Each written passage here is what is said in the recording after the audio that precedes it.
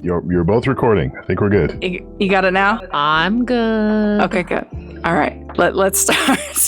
What the hell is the podcast? What are we talking about? What are we doing here? I mean, that's a move. That's how we're starting it. Hey guys, welcome to the podcast. Welcome to the Apple Sleep podcast, the third episode where we talk to the voice actors, right? This is the acting one. A bibble of narrators. No, a mumble of narrators. Okay, a mumble of narrators. We are here because, well, we're going to talk about the acting process, like what goes into it and all of that. But to start off, I am your host, TheLostNarrator. I'm the one who narrated this. I am also Applejack and Rainbow Dash for this project. And let's go down the list. Let's start with Cloud9. My name is Cloud9, or the Life on Cloud9 if you want to be fancy like that. I use they, them pronouns. I was Pinkie Pie in this. I finally got to unleash Pink Party Horse all over an Apple Sleep experiment and all over Lost Channel. And I was also a guest narrator for one of the episodes. Oh, and a fact about myself. I have nothing prepared. My fact is that I am one of, or the adopted child of the Gutiserenade and the Luna Pharaoh. If it wasn't already obvious, but yeah, I've kind of been taken under the metaphorical wing. Aw, found family. Indeed. Goody. Hello, I'm Gutiserenade. I was one of the echoed narrator roles in this story, and I am the tallest tuba player in this podcast today. It's not even close by a wide margin. Wow. See? There's your fun factoid. I feel inferior. We all feel inferior to Guti. Should eat your Wheaties.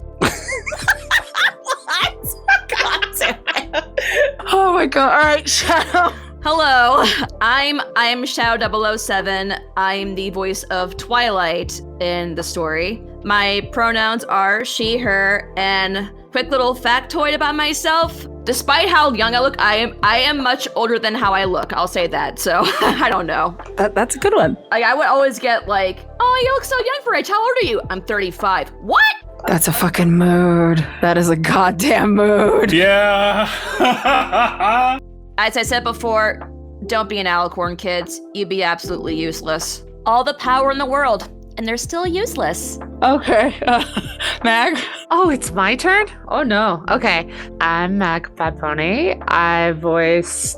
Who did I voice? I voiced Rarity and Apple Bloom. Right? Is that all I did? Oh my fucking god, Mag. Did you write the fic? I wrote it, but I don't remember what I voiced in it. Oh, and I'm a chocolate bar because my pronouns are Hershey. Got him. If you're a Hershey, does that mean your cat's a Kit Kat? Oh my God, Lee. Wow. Okay, narrator.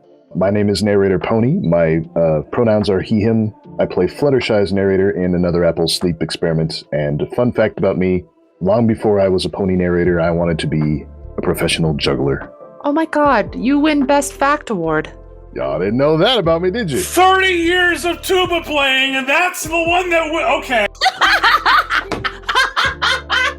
And now, Scribbler. Hi, I am a very scratchy voiced Scribbler. My pronouns are she, her.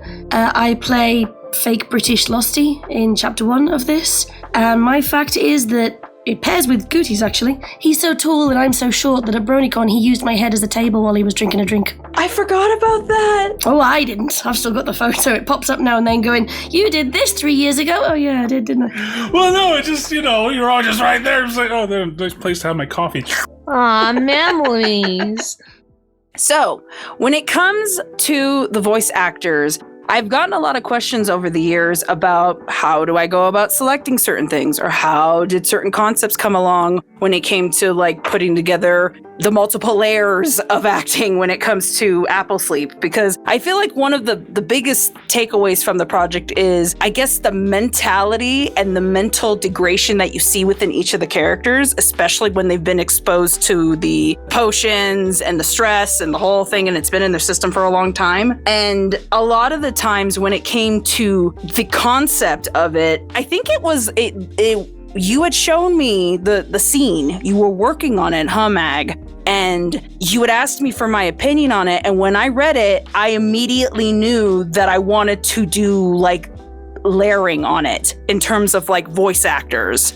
Well, the most loved and rewatched scene from the first one was when you and Ferris Metal both tag teamed the narration. It was also kind of a nice little nod to the fact that things aren't really as they appear. Yeah, it was my way of trying to, auditory-wise, convey the fact that you can't even trust the narrator. Because up until that point, I remember a lot of the comments were like, oh, I love Lost's voice and things like that, and all the grimdarks and everything, but I wanted to take the concept of the unreliable narrator and twist it even more. And it became like this weird like layering effect. And I remember I had originally recorded my vocals for it, and then I had edited them down and sent them off to Ferris. And I told him flat out, I was like, try to mimic my voice as best as you can. Like, I was not expecting anything like, or at least like when I layered them, I did not expect it to sound that unnerving. And then on top of that too, I think at one point in that scene, I had AJ become the narrator at one point, because she like breaks the fourth wall there because of how bad the drugs are fucking with her. But you're right, that is one of the most rewatched and like loved scenes from that story. And obviously you already mentioned it in the first podcast, Mag, but that was the thing, the plot devices, was like, what if the rest of the characters went through the same fucking traumatic thing with the drug? And when it came to finally figuring out what I was going to do narration-wise with it, I realized that I had to pull narrators for literally each of the main or the remaining characters. Because in my head, it's like everybody has what reality is, which is what my narration is, and then you have the sub-reality of like with the distortions of the narrations. And usually the only time when the narrator would show up, the other narrators, it would be when there's a distortion. Like there was cues even within the visuals for it to kind of hint that. But there's also the aspect too when it came to the voice actors. I know for the first one, I had originally had a audition, actually. I think I held auditions for the first one, if I'm not mistaken. You did. I do remember that. I had lost contact with a few of them, but then at the same time as well, there were certain VAs for this project that I specifically wanted to pull because I knew that when it came to the demand of what the voice needed, specifically the one I can think of is for Pinky, because I didn't want, like, Mag was already doing Apple Bloom and Rarity. I did not want to add Pinky onto her plate as well for that. And then you were also a narrator too. So like you were doing multiple things in terms of like the acting. But for Pinky specifically, I pulled Cloud9 because one, their Pinky's phenomenal. And two, I knew that the acting demand, that's the thing. For Grimdark, it is harder to cast VAs, at least in my opinion, because of there's a certain level you have to take those characters. I was telling Mag before we even started this podcast, I was like, Shadow's my Grimdark Twilight, because every time I throw a roll at you, Shadow, you fucking just nail it. You bring the same intensity that like everyone, like you just take Twilight to a whole other fucking level that I would not expect to see her at. Oh, thank you so much. I'm honored. She's such a good twi. Not even kidding. Aww. When it comes to like specifically Grimdarks, Mag and I will look at each other and we're like, Shadow, like, and your vocals are so wonderful to work with too. Is chef's kiss. Mwah. Thank you. Thanks, guys. I love you. I know that a lot of you guys over the years, the fans, have gotten used to certain like patterns that I've done within my edits. And because I knew a lot of people were going to be coming back, I wanted to subvert expectations. When it came to the second part, everybody had a different narrator. And as you went down the line, like Scribbler is Twilight's narrator. And well, the biggest reason why I picked you, Scribbler, was because I made the joke to Mag. I was like, we are the fanfic queens when it comes to fucking Halloween. So I was like, of course I'm gonna pull Scribbler for that first fucking episode. I'm not stupid. I know what to do here. But it's also the idea because you also voiced Twilight yourself, and I wanted that duality. But the cool thing though, and this is, I don't think anybody's realized this yet, I know for a majority of the VAs, I tried to give them guides, but because of how far behind in production we were, Scribbler did those lines without a guide. So like I had to Like, you did such a good job. You had to match me being a fake you. Yeah, it was a fuckery layer that I did not ever expect to actually have to do. Oh, you were parroting her. Yeah, I was parroting her. Yep. I was trying to be lost, and the lost was trying to be me, trying to be her. Oh, wow. Yep, because like I said, Mag mentioned it in the first podcast, we were scrambling behind the scenes when it came to getting the parts and putting it all together. And I just remembered thinking, fuck, I feel so fucking bad because I'm not sending her a guide. I'm not, like, what the fuck? No, and then I got the lines, I was like, oh yeah, this works. This is perfect. This is fucking perfect. Yay! Nice. And then for the second part, Cloud was the narrator for Pinky, which I wanted to do specifically because you were also voicing Pinky in that scene, and you have such a lovely narrator voice, and I wanted to show it off. Shucks. And two, I wanted because there were points within the narration where the voice was already starting to bleed into Pinky's as well, which is something big that, like, obviously in part 3, I'll talk about it when we get to that. But I specifically, though, chose Cloud because of that duality. I wanted that mimicking. It's also funny too because everybody says I sound like a little you, so it just ends up working out. That was the biggest reason why I pulled you, because I was just like, fuck it. That was exactly what I wanted to go with. When it came to Fluttershy, it's the most dense when it comes to voice actors, because you have my narration and then you have narrator, who I originally pulled because of the fact I love, one, your chocolatey fucking bassy voice. Oh, I thank you. Yeah, I did. I wanted that, especially because of the fact of Fluttershy's, when she has the poison joke, she has that baritone voice, and I wanted that to be the narrator. Oh, I love smart. That makes so much sense.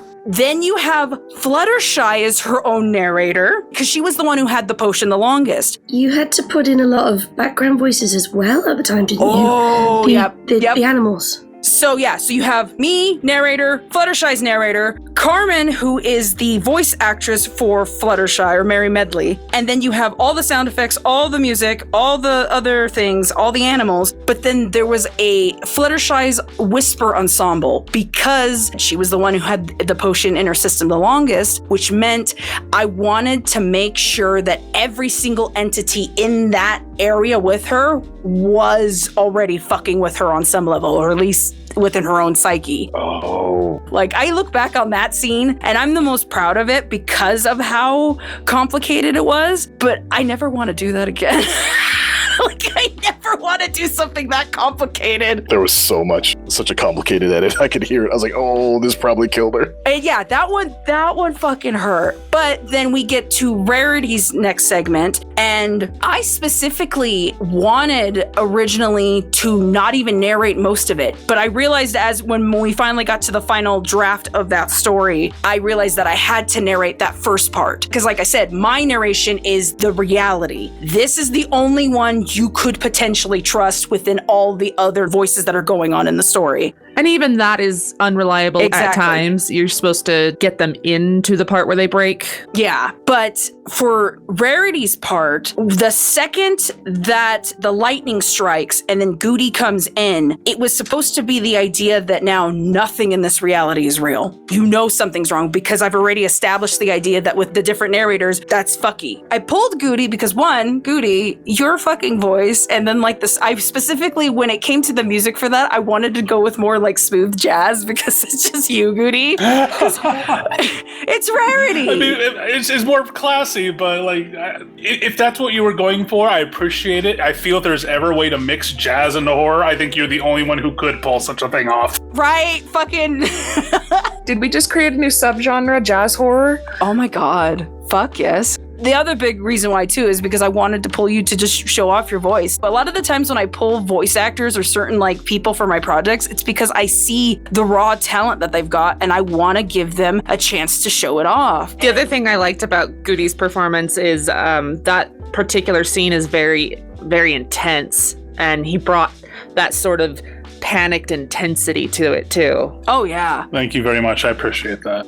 And then obviously I had Mag was the voice actress for Rarity, but then I had Mag narrating as well. The deeper you go within the layers, the more you realize just how broken and mentally exhausted and how they've lost touch with everything that was true. It's just the Rarity scene was really, really complicated in terms of layering and then the lightning effects too. But like, I loved the way it all came together at the end.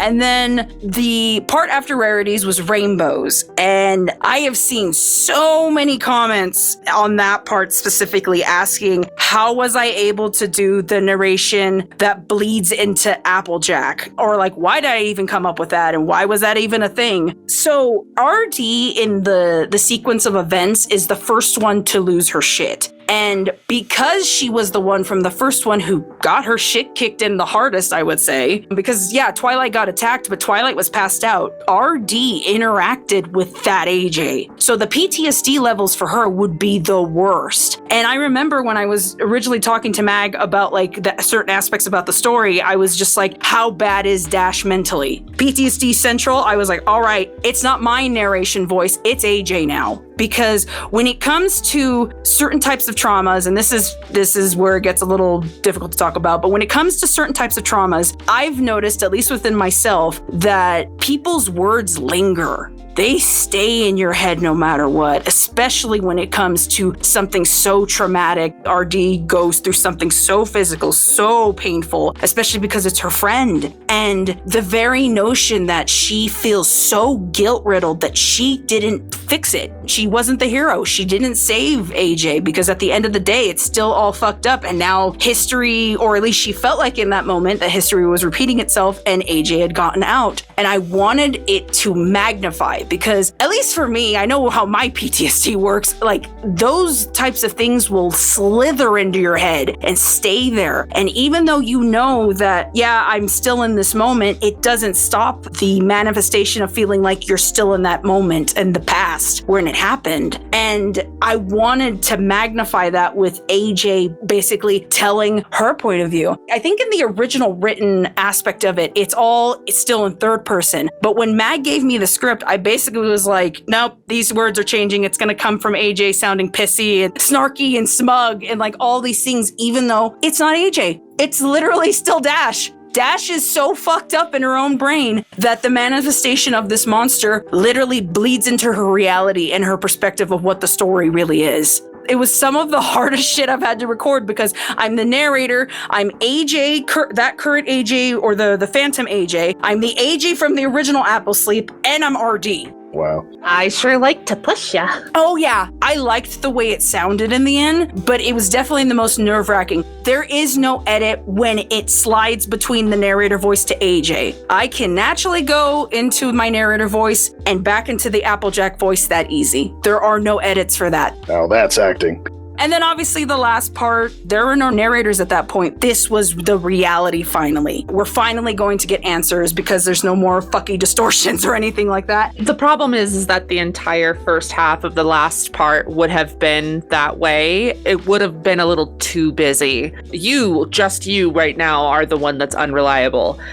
Because their realities have just shattered. Which made it easier for me to edit in the long run. I wanted to ask you, Shadow, specifically because of the amount of acting that you did, like just that line delivery that you had for when Apple Bloom is done shitting all over her and Twilight's like, no, I tried. Like, I remembered listening it over with Mag and I was like, holy shit.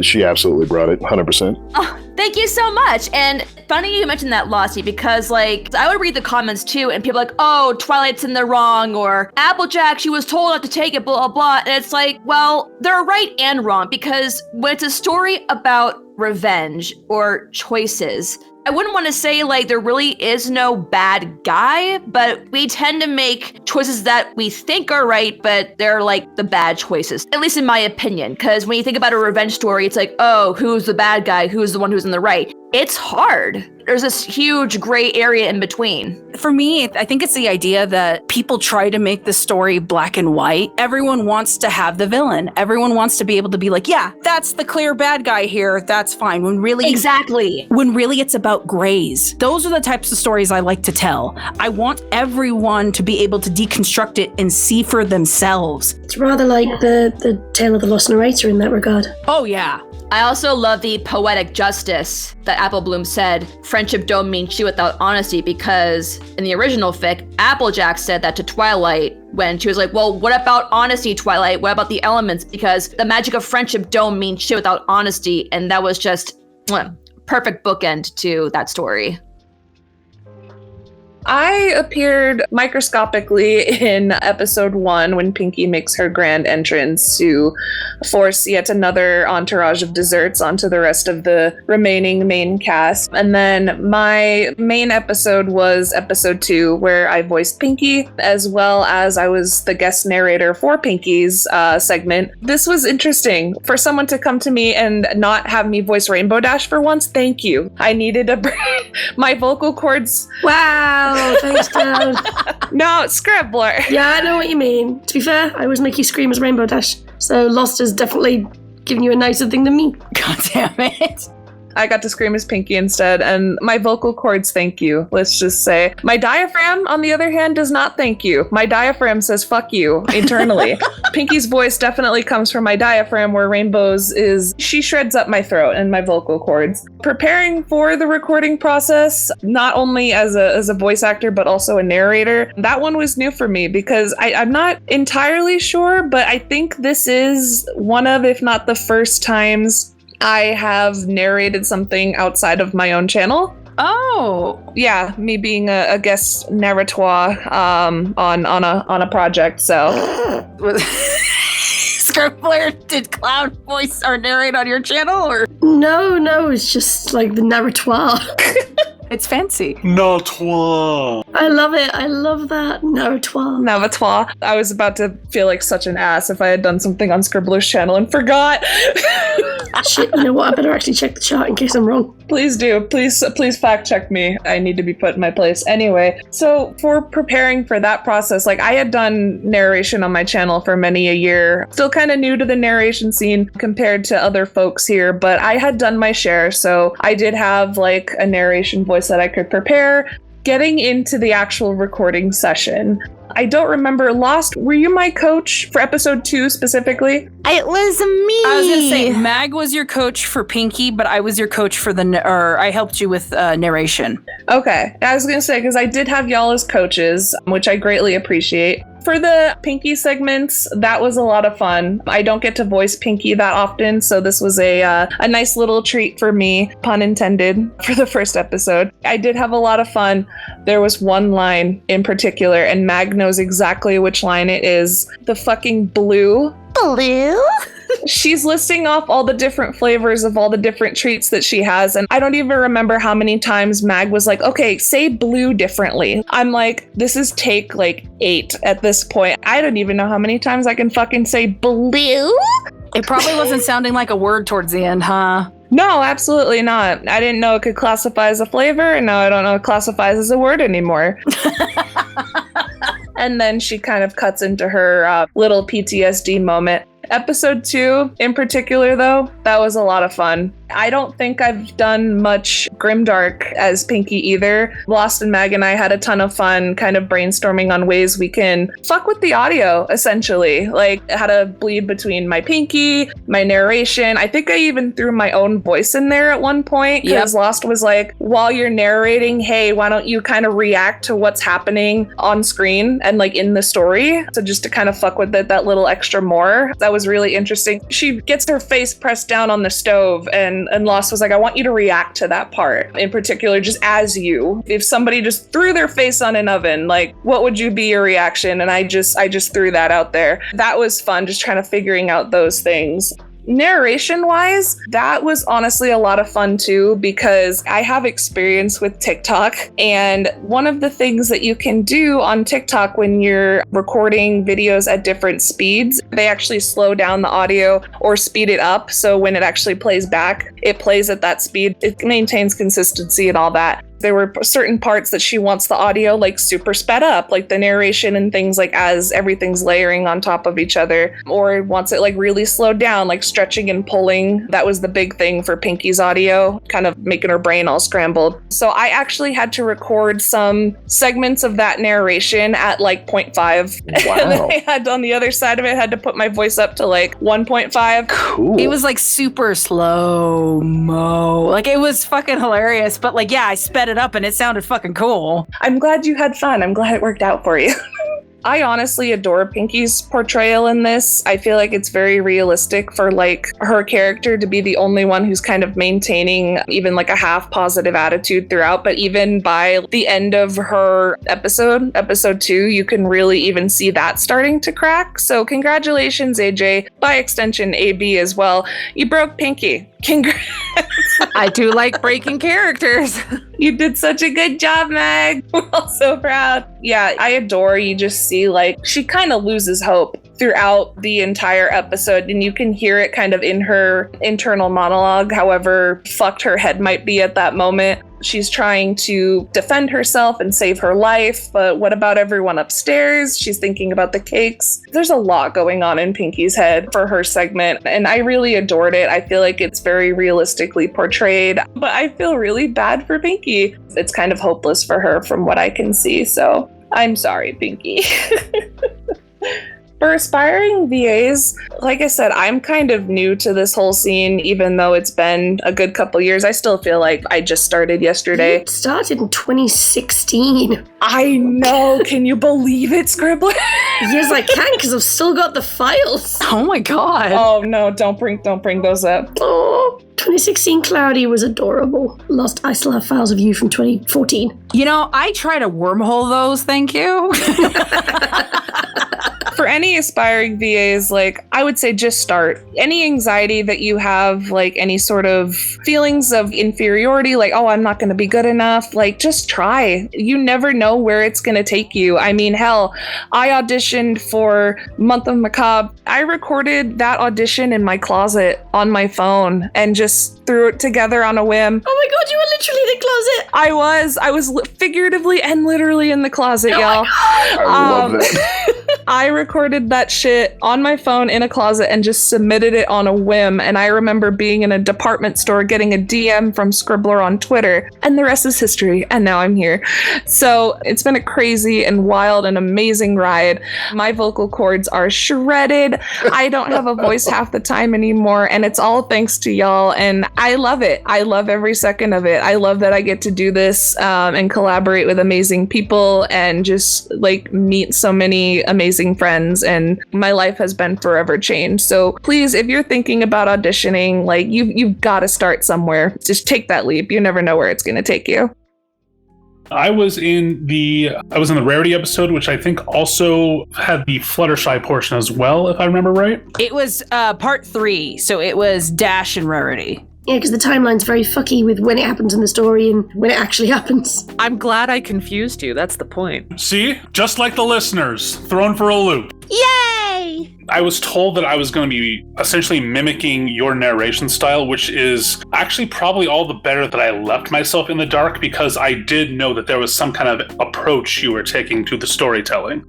Well, I'll tell you first and foremost that if I realized I accidentally drank a glass of milk like a couple of hours beforehand, I would go, oh no, I was supposed to record today. That is such a fucking mood. Yeah. I'm usually pretty good about that. I mentioned at the start of this podcast, I'm a tuba player, so I'm used to hydrating like all the time. And by all the time, I mean more than that all the time. You hydrated, I dehydrated. Exactly. The other thing I like to do is I tend to do like vocal exercises, especially if I'm going to be narrating, because obviously that's going to be the longest voiced part.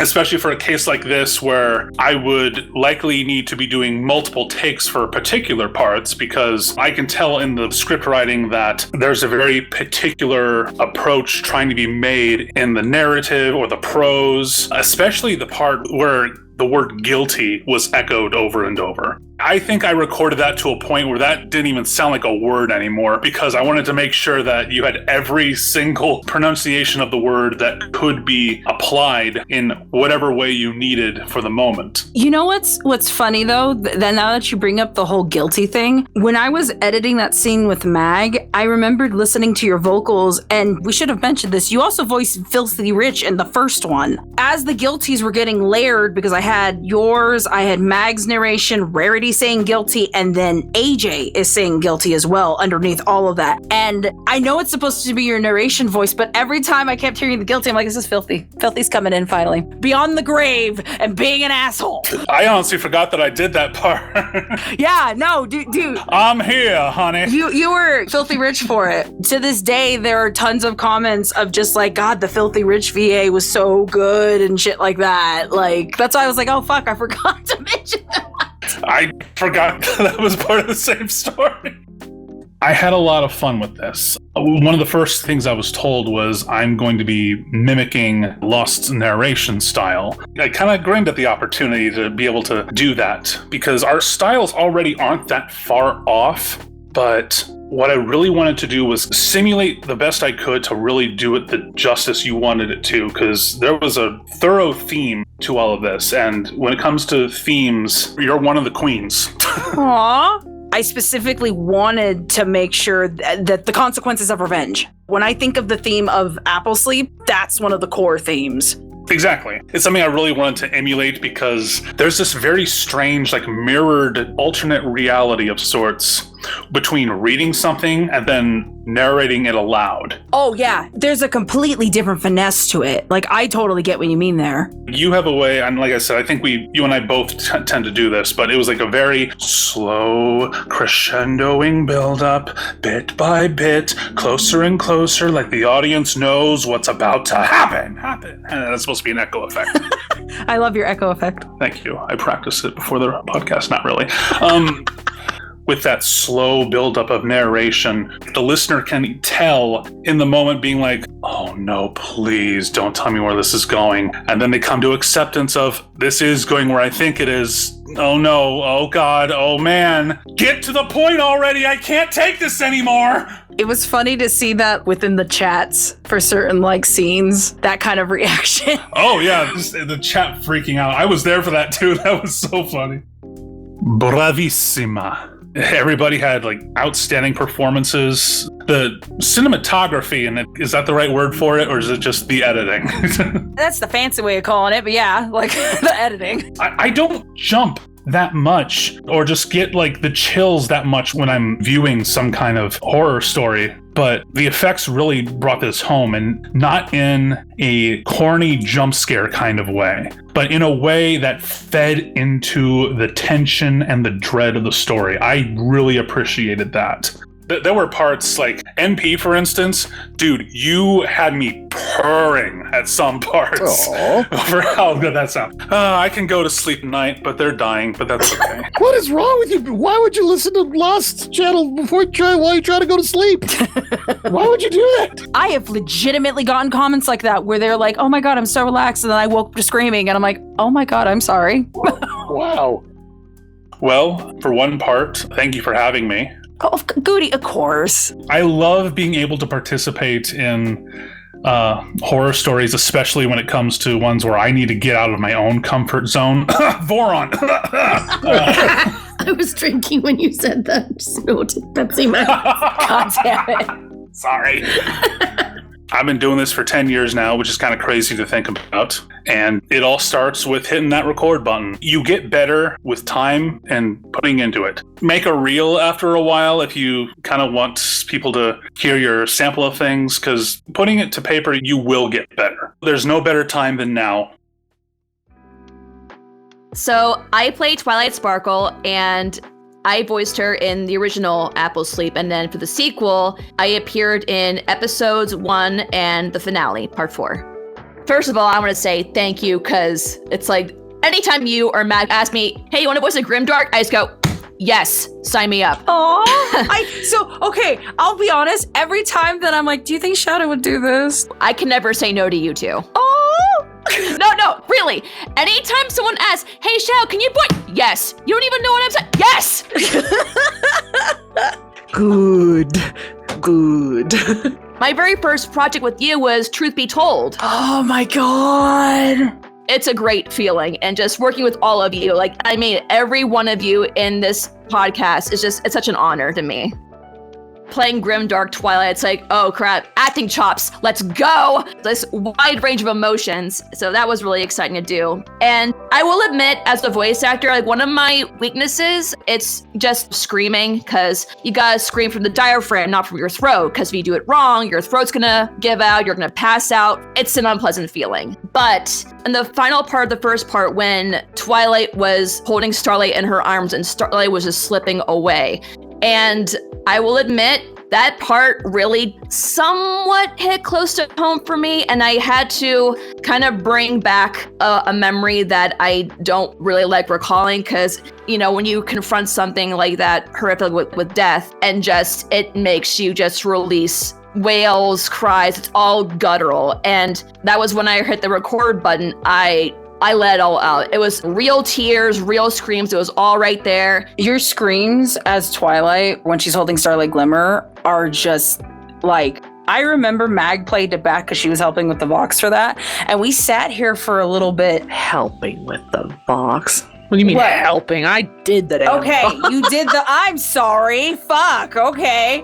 Well, you were showing me takes because of, like, for certain things. I remember that. And you showed me her lines, and I was just like, holy Perfection. fuck. Perfection. They were- Seriously. Thank you. Yeah, like, it was so guttural, so raw. I genuinely felt pity for her at that moment. Yeah, and like, I'm so glad that I pulled that off too, because I was in Scotland when the first episode came out, and I was like, oh crap, I wonder how people are going to react. And when it got to the screaming, and I saw the live chat in real time, they were like, the voice acting has been a chokehold. Oh my god, like, okay, I think I did a good job. Oh no, you knocked it out of the park. And that's still one of the parts that I see that's most commented on. The wails and the real raw emotion in the agony. I was like a little bit shaken up, not just from like the memory, but also like the acting. It took like a lot out of me, but you know what? It was worth it. I would, do it again. Pain can bring out something of art, and that's what I wanted to do. Well, I could see what Twilight was trying to do. She thinks in the moment, okay, I'm doing this, but she never gets to see the bigger picture and all that. And I felt like, like one of those how to survive horror movie videos. I feel as though it's like, there are so many ways that Twilight could have done to not make anything just as bad. As a ruler or a head of any nation or country, whatever, the most important thing you need to do is to be adaptively intelligent. I feel like Twi could make the situation so much easier. Twilight was only worried about the princesses. Anything else is just put aside. She didn't think of Applejack's welfare at all. Really bad on Twilight's part, because a friend needs you. Like, I understand. You're called to order by an official, but, if a friend needs you, I would drop anything and everything. And Twilight, in my opinion, should have done the same. I think that's a good point that people don't actually bring up that often, that Twilight's villainy could stem from the fact that she just genuinely didn't put her friends first as a priority. But then that makes me think, though, did AJ communicate all those other details? I think Applejack was just so deprived from the heat and the exhaustion, like, it probably didn't cross her mind. And you know how stubborn Applejack is. Oh, but it's AJ, though. She's going to play it down. Like, it's... I'm fine. Well, let's not forget the real enemy, the real villain of the story was the drought. As with everything, the real villain is climate change. Nature. Yes, it was nature. Actually, I was telling Mag that. I'm like, Mag, is this an unintentional piece about climate change? I think it's just about my hate of nature. God damn it. I was blown away. I would always see the comments. Like, I would always like to look at debates of many different points of view. And yes, I would agree with the majority. Yeah, Twilight done fucked. Hearing my performance on there and seeing everyone just enjoying it, that was also really nice too. Like, everyone did a great job. As someone who's done voice acting for 11 years now, You will get better each time as long as you keep practicing. When it comes to screaming, well, 1, scream for your diaphragm, obviously, don't scream from your throat. And 2, if your neighbors can hear you to the point they call the cops on you, you're doing it right. We take a plate of cookies to ours and say, we're fine. Aside from that, I just want to say thank both to you and Magpie for this opportunity. I love voicing for you guys. You guys are the best. I was in 1, 3, and 4. I was Apple Bloom in the original production as well. Well, I avoid dairy. I also, depending on the role, depending on the character, I will sing scales in the bathroom. Yeah! Yeah, with the steam from the shower going and just, yeah. But not every role. It's usually only the demanding ones. And neither of these were too demanding vocally. I didn't really shred my vocals for these because Cloud took Pinky, thank God. You're welcome. Thank you! I don't really do that much. I used to joke all the time that I just hit record and I'm so straight-faced when I record. I don't do that as much anymore. I actually put like facial expressions and movements into it, so, you know. Do you do that thing where you move your hands as you're talking? Oh, all the time. Do you hit your mic as well? Yes, I do, and it's always like, yay! fuck! I'm so glad I'm not the only one. Rarities was pretty straightforward for me. I've been playing Grimdark Rarity for a while, both for you, for Scribbler, for myself. So that one wasn't as bad, especially because she's not really like screaming all the time. It's more of like pain. Then there's Apple Bloom. And the thing, I ended up re-recording all of Apple Bloom's lines from the first take because I had to try and find a way of making her sound older, but not making it sound too much like Applejack. Not many people know this. I do have an Applejack, but no one will ever get to hear it. Except me. I heard it. So I did one where I was a little too high-pitched, and I went back and I was like, no, she needs to grow up a little bit more. That one was interesting because I'd never played a dark Apple Bloom. Trying to get sort of the mannerisms right and like the dark chuckles, you know, that like that was interesting. It was not bad. It was just, it pushed me as an actress for sure.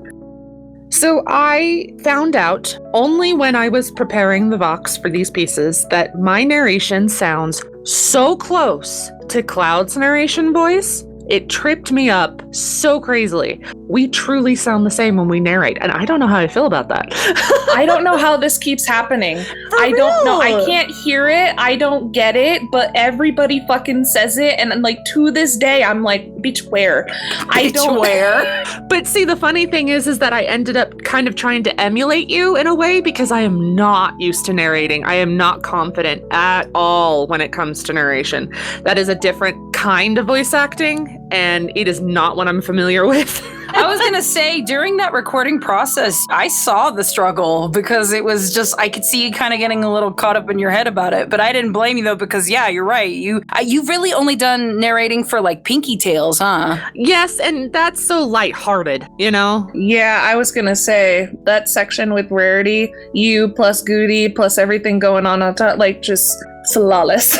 Oh, thank you. I appreciate that. It really sold home the idea of just how helpless she felt. I think you carried that home. Well, I was really, really happy that I got to tag team it with you because it felt like I didn't have to completely solely rely on just my narration. And I don't know how this is for everyone else, but doing Vox on your own vocals is not fun for me. Oh, yeah. And I don't mean that for my characters. I like editing down my character vocals, although I have mouth noise problems like you wouldn't believe. But when it's just me talking, I have such a hard time. I struggled with Beloved, and so I struggled with this. When it's just me, I don't know. There is the confidence barrier there.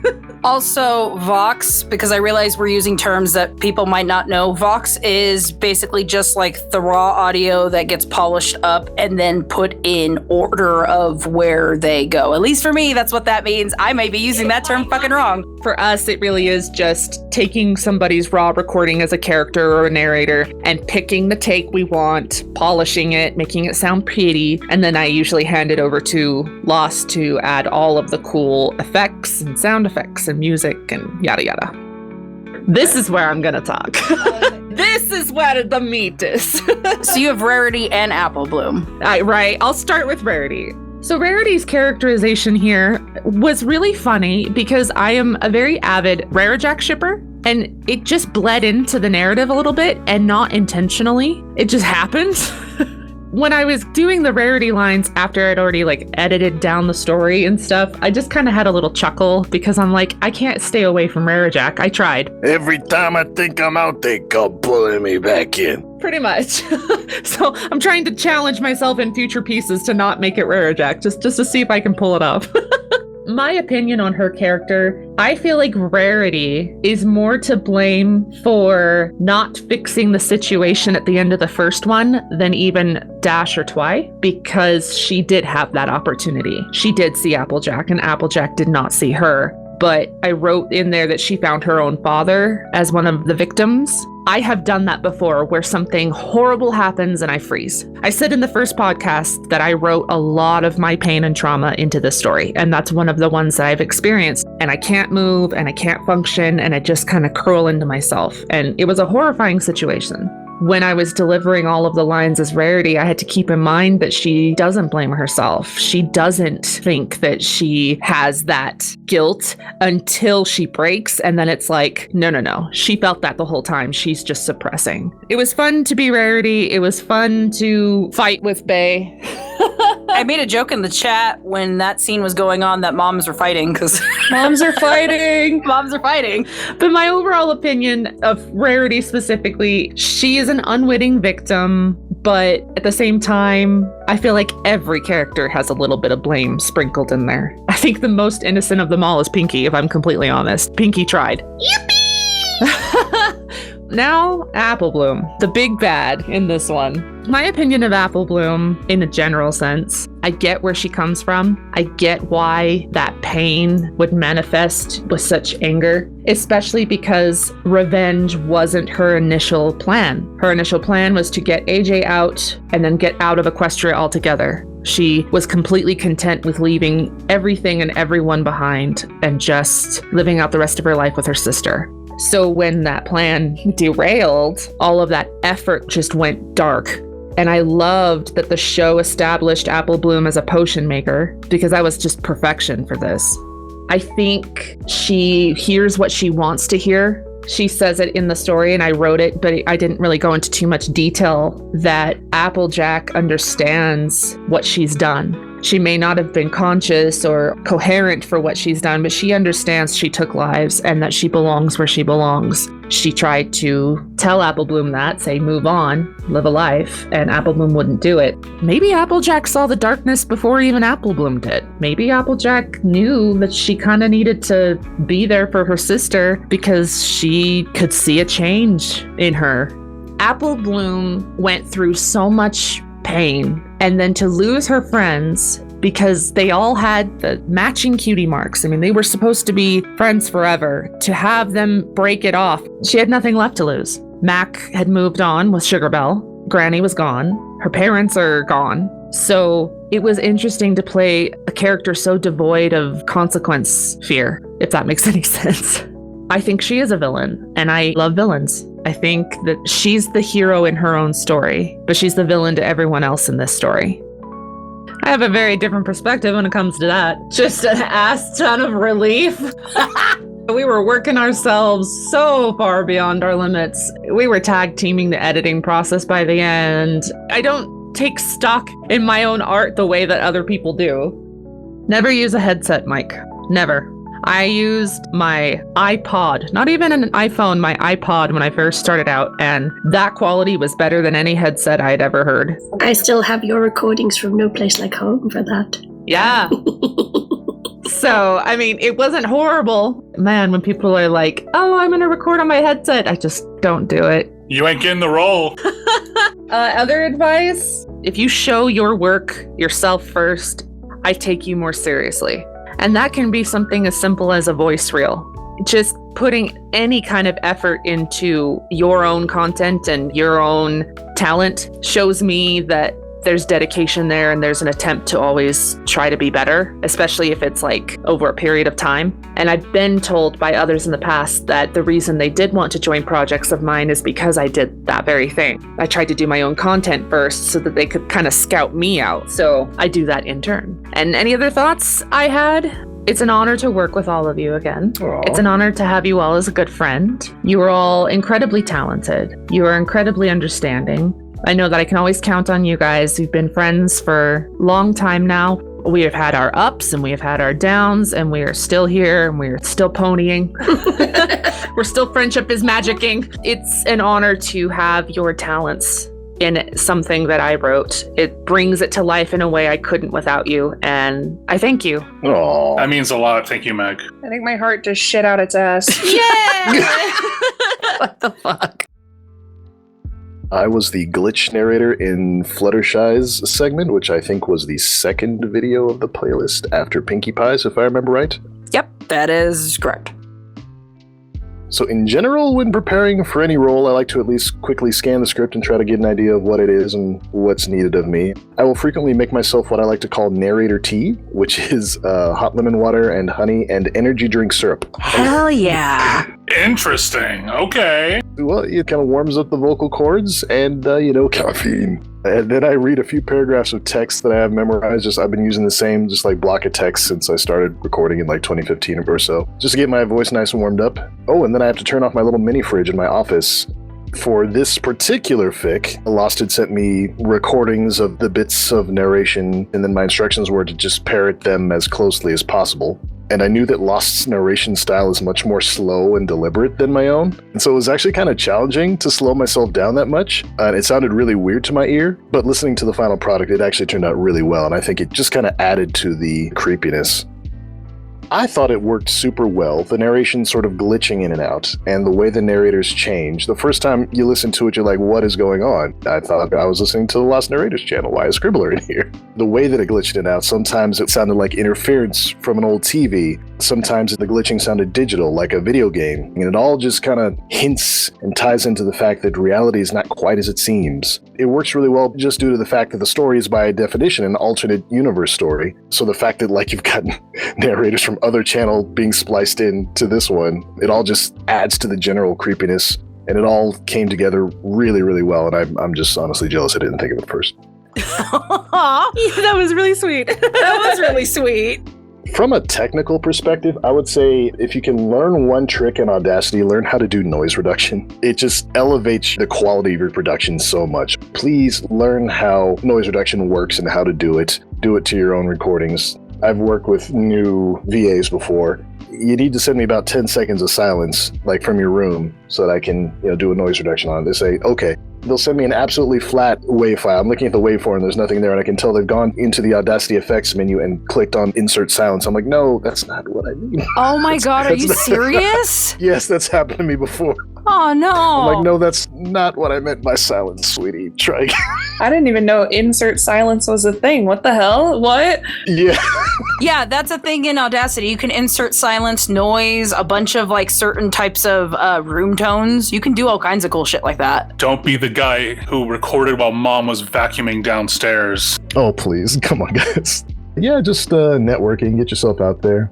I would say when you're getting started, making a YouTube channel, I would say start small. Start with little projects, literally just little 5-minute microfics or something like that. Take baby steps. Start small. I was in episode 1. I'll be honest, I'm really bad at this, that I don't do a lot of preparation for narration because my voice goes in and out with quality. So if it's a good day, I'm just like, fuck, where's the mic? So it's just time and opportunity. That's my preparation. And having the script in front of me, obviously. Actually, I am more like that. It's if I'm in a mood, I'm like, yep, let's record everything I can get in. Yes. And you sit there for 6 hours and come back and go, why does my throat hurt? Oh yeah, because I started recording at 10 a.m. and it's now 6 p.m. I feel personally attacked. Yeah, well, it just shows that you're in good company. You really are part of the family. Oh, yay. The highs of it would be, I always have a good time recording. I'll be honest, the funniest bit was the fact that I didn't have a guide past a certain point. Mag had sent me the first bit of your narration.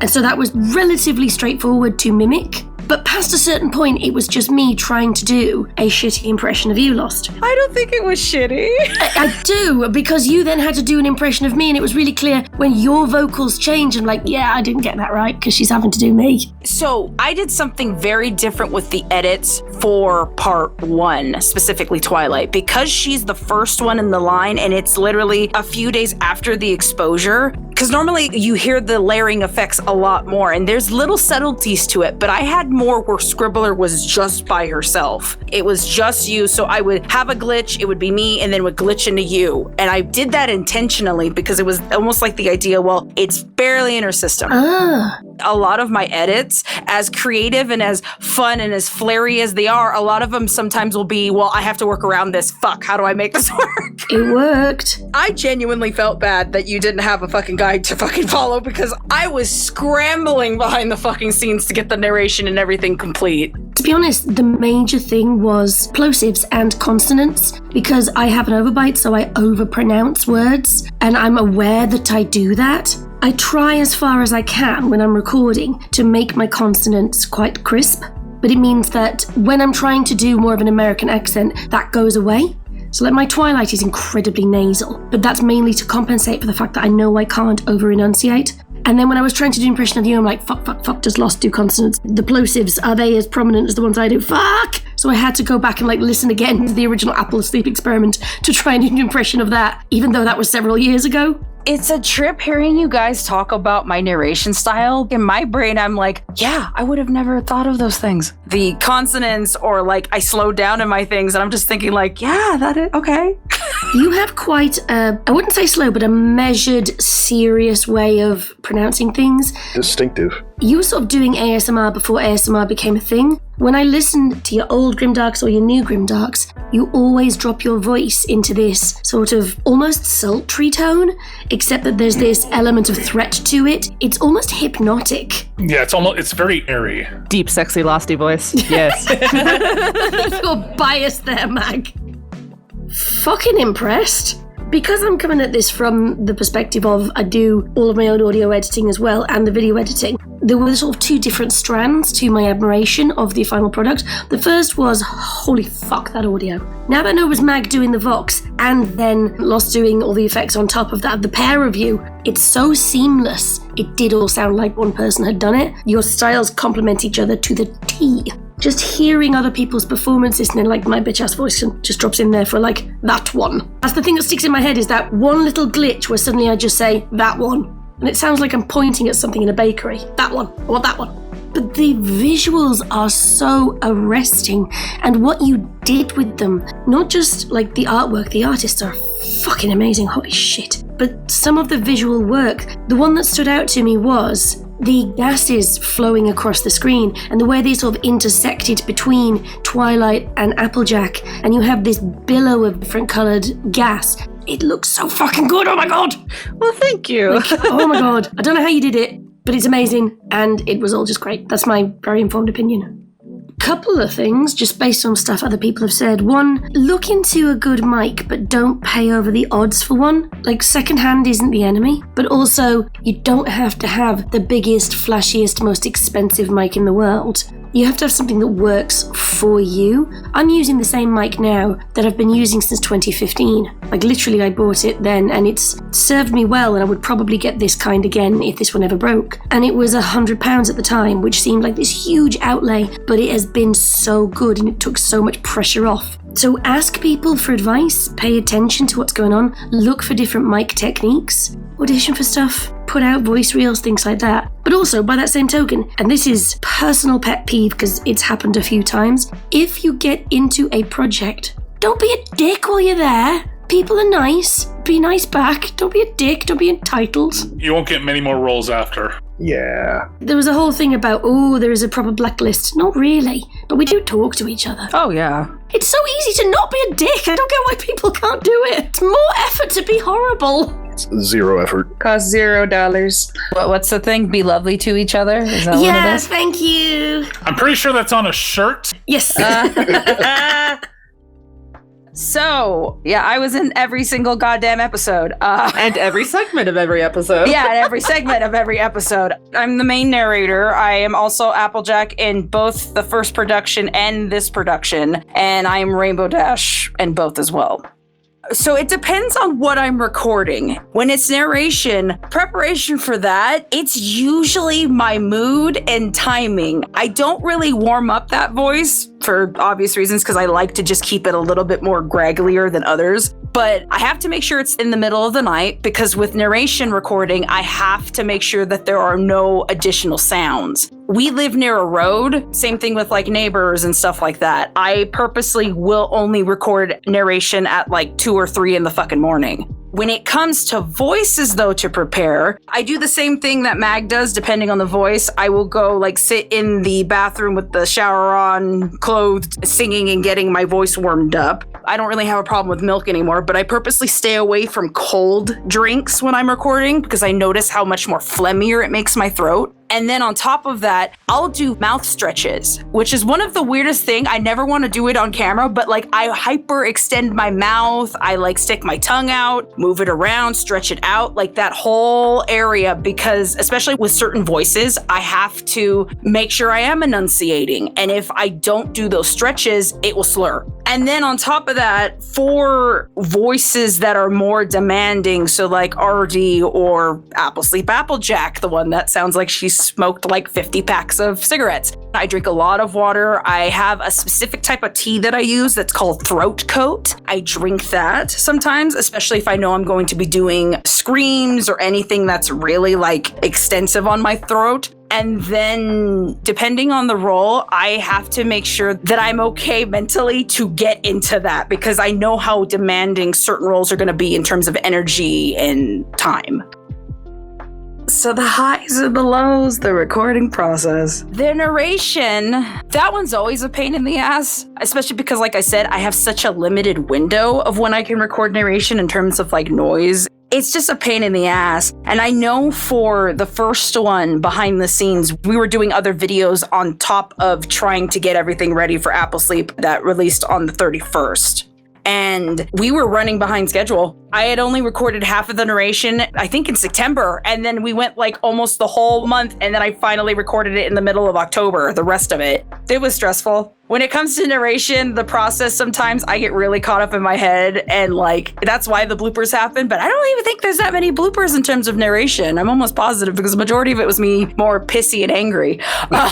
So there was that. Dash's recording process was, I would say, pretty extensive because I had to do a lot of sound effects for that one because she's fighting against the Dark Souls AJ, I guess is the best way to describe it. But AJ's pretty much the embodiment of the entire forest at that point in her brain. So there's lots of grunting, there's lots of panicked, frenzied breathing, the fighting sound effects. It was probably the most extensive I've done in terms of sound effects for her. I think for Dash, I did strain my voice a bit because of how much she was screaming in that, because she's basically having a full-on PTSD meltdown. I had to really push. That was pretty difficult. I think the recording process for that took 2 days, right? It did. And I would say it hurt you, but it didn't really hurt you. It was just more of, by the time you were done, you were like, I need some cuddles. I need to take a step away.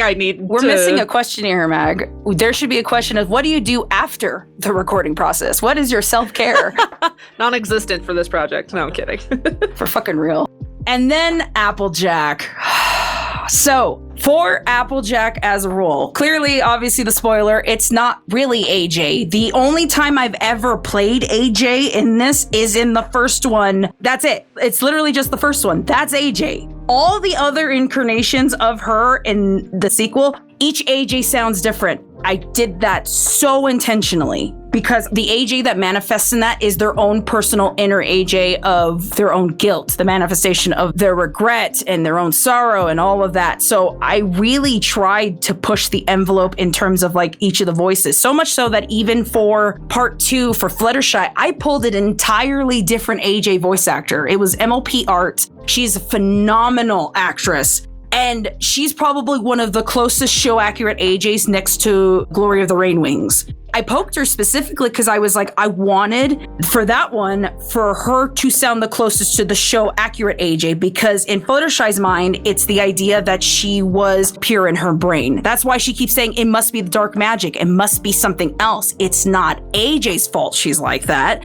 Therefore, her voice wouldn't sound so gruff and tinted, like the contrast to like Twilight's AJ, where's down here? And I would say like Dash's AJ is a lot less gruff, but a lot more smug and a lot more like, yeah, you're a dumb bitch. The Pinky AJ is just straight up fucking anger because how dare you fucking abandon me, even though Pinky tried her best. And then Twilight's AJ, the voice is degraded because she threw her away like a husk. Each one is interpreted differently. And it really pushed me as an actress. After I'd put everything together, I realized I had played 4 different versions of one fucking character. Because AJ's the narrator in part 3 with Dash. Fucking hell. Like, that's the other thing, too. Then I had to narrate as AJ. Like, AJ is everywhere in this bitch, but it's never really her. Wow. Holy shit. There were points when I was recording the Twilight AJ parts, and I was just like, am I going too over the top here? She's all like, Twilight fucking sparkle. Like, it's like one of the funniest fucking goddamn lines. I was just like, fuck it, we're just going in. And then everyone started quoting it. I was like, oh, fuck. Okay. There's lots of aftercare for any roles that are really like strenuous. And unfortunately for a lot of the AJ roles and RD, they were very strenuous. So I had to make sure that I tried to pencil in self-care, and that's hard on crunches. It's a complicated process.